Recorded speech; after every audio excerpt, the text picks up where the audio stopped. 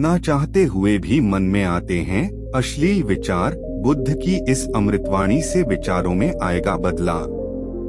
मन में कई तरह के विचार आते हैं।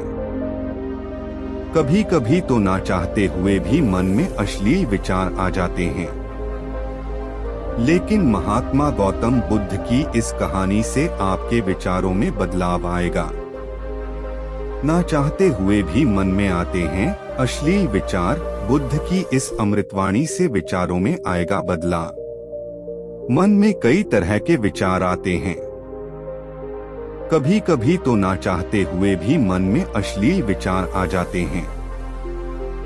लेकिन महात्मा गौतम बुद्ध की इस कहानी से आपके विचारों में बदलाव आएगा। ना चाहते हुए भी मन में आते हैं अश्लील विचार। बुद्ध की इस अमृतवाणी से विचारों में आएगा बदलाव। बुद्ध अमृतवाणी मनुष्य का मन बहुत ही चंचल होता है और इसलिए मन में कई तरह के विचार उत्पन्न होते हैं।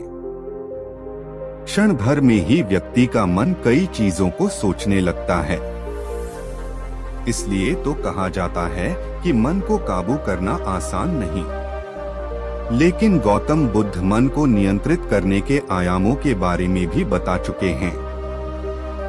मन में विचारों का आना गलत नहीं है कि लेकिन मुश्किल तब हो जाती है या विचार ऐसी परिस्थिति में गलत होते हैं जब मन में अश्लील विचार आते हैं। कभी कभी तो ना चाहने के बावजूद भी मन में अश्लील विचार आते हैं। अगर आपके मन में भी ऐसे विचार आते हैं तो गौतम बुद्ध की इस कहानी से आपके विचारों में जरूर बदलाव आएगा। बुद्ध की कहानी अश्लील विचारों को कैसे रोकें। बुद्ध अपने भिक्षुओं को उपदेश देने के साथ ही उन्हें भिक्षाटन के लिए भेजते थे। एक बार उन्होंने अपने भिक्षु भरत को भिक्षा लेने के लिए एक श्राविका के घर भेजा। भरत पूरे रास्ते मन में यह सोचते हुए श्राविका के पास गया कि आखिर आज भिक्षा में क्या भोजन खाने को मिलेगा। क्योंकि भरत चंद्रुवंश के राजकुमार थे और बुद्ध के सानिध्य भिक्षु के रूप में दीक्षित हुए थे। हमेशा भरत को महल में खाने के लिए स्वादिष्ट पकवान मिलते थे। लेकिन आज भिक्षा के रूप में उसे जो भी मिलेगा संतुष्ट होना पड़ेगा। श्राविका के घर पहुंचकर भरत ने भिक्षा मांगी। श्राविका ने भरत को बैठने के लिए कहा और भोजन लाने के लिए घर के भीतर चली गई।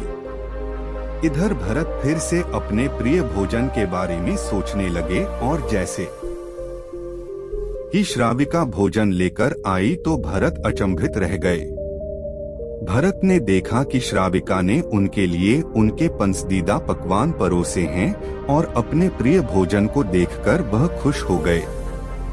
भोजन ग्रहण करते हुए भी भरत सोच रहे थे कि महल में तो उन्हें भोजन के बाद विश्राम करने की आदत है, लेकिन आज उन्हें भोजन के बाद वापस तेज धूप में चलकर आश्रम जाना होगा।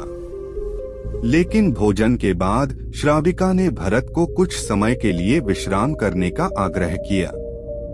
भरत फिर से खुश हुए कि आखिर आज उनके मन की सारी इच्छाएं कैसी पूरी हो रही है। इसके बाद भरत कुछ देर विश्राम करने लगे। लेकिन विश्राम करते हुए भी लेटे लेटे वह सोचने लगे कि आज तो मुझे भोजन के बाद विश्राम करने को मिल गया, लेकिन ऐसा रोज रोज नहीं होगा।